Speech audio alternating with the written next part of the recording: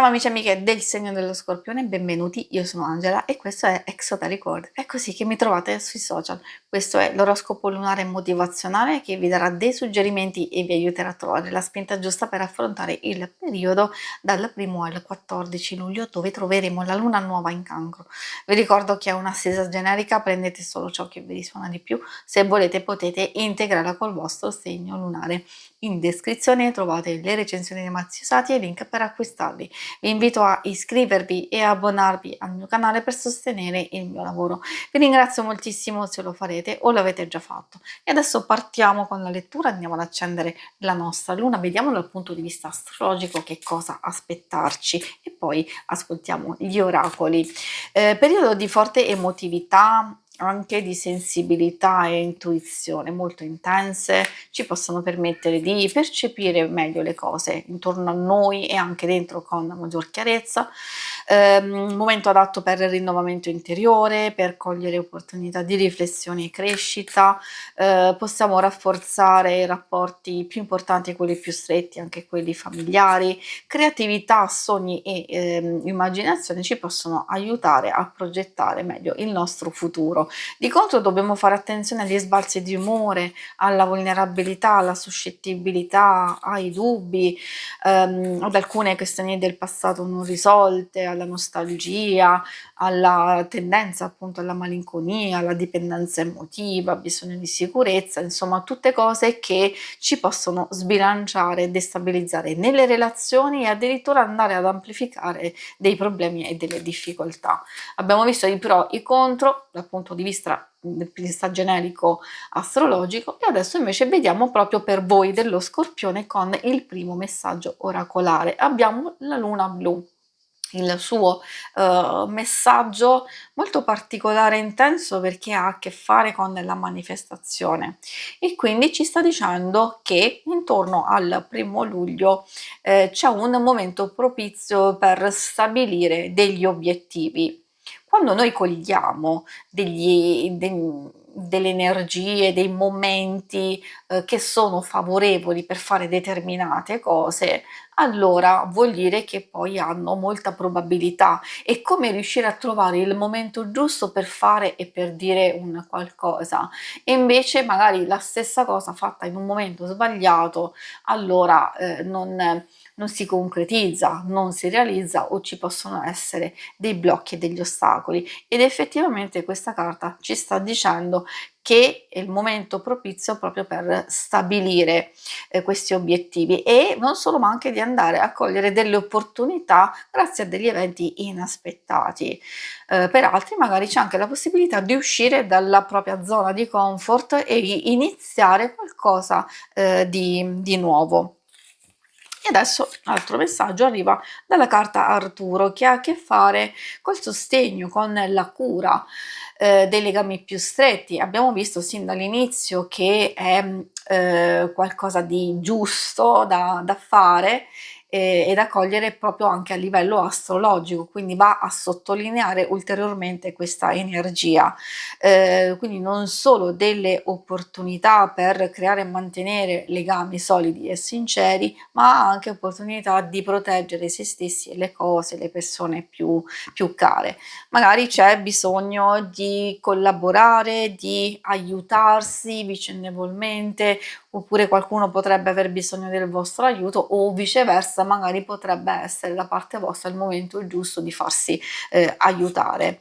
E poi l'altro messaggio arriva dall'ultimo quarto, un messaggio di fermarsi un attimino in alcune circostanze a valutare un percorso, un obiettivo, un'idea, sia per capire se ci sono delle abitudini o degli schemi limitanti che devono essere in qualche modo cambiati, modificati o lasciati andare, o anche per fare un bilancio, quindi fare ordine dentro e fuori di noi e considerare cosa va bene e cosa no.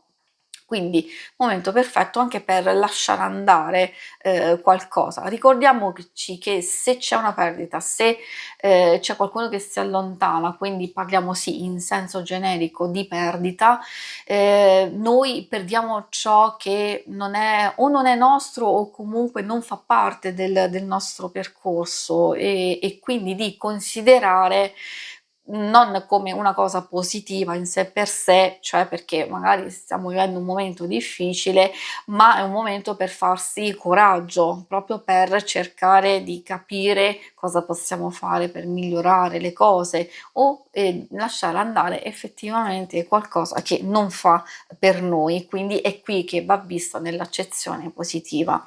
E adesso vediamo gli altri messaggi dall'oracolo dello sciamano. Il primo messaggio arriva dalla carta Il mondo di mezzo.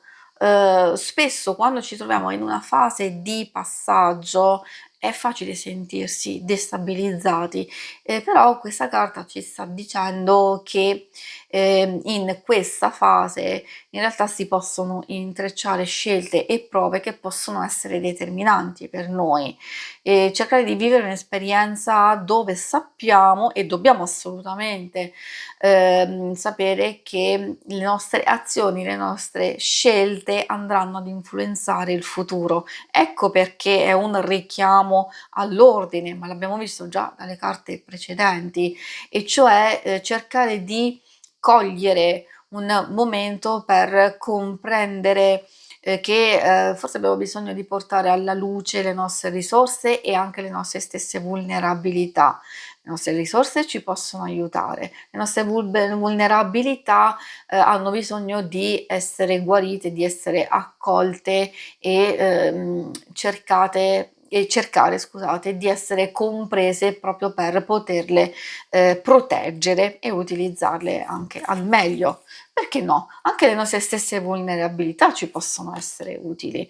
E poi vediamo la carta del veggente, che ha a che fare con l'affidarsi all'intuito, quindi è come se, tra virgolette, dobbiamo essere noi veggenti di noi stessi, di quello che stiamo vivendo, e quindi cogliere quella visione interiore che per un po' ci può portare contro la logica. Assolutamente sì, perché sono proprio le intuizioni che in alcune circostanze vi possono rivelare delle verità importanti, e poi aiutarci anche a capire che dei blocchi, delle paure, delle questioni negative ci possono tenere lontano dalla chiarezza, e se noi razionalizziamo eccessivamente ci possono bloccare ancora di più.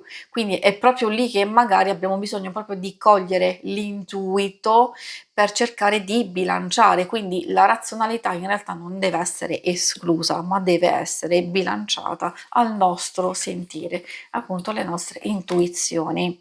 E poi abbiamo il sole, ecco che parla di chiarezza, parla di energia vitale, di creazione, di spinta interiore da coltivare, di manifestare la propria luce e anche di seguire una direzione che sia chiara, pulita, di avere un'espressione attiva, di aprirci, di comunicare ed effettivamente anche di accogliere gioia. Se c'è un'ombra, allora è proprio lì che dobbiamo affrontarla con coraggio, è proprio lì che dobbiamo far spazio per poter riconoscere che forse non dobbiamo rimanere fermi in quell'ombra, ma dobbiamo spingerci appunto verso la chiarezza e le cose belle della vita. Se conclude qui la lettura, vi ringrazio per avermi seguita. Se volete, in alto a destra trovate il logo per iscrivervi al canale, mentre in basso trovate le schermate per vedere il vostro oroscopo mensile e quello settimanale. Alla prossima, vi auguro una buona luna, ciao!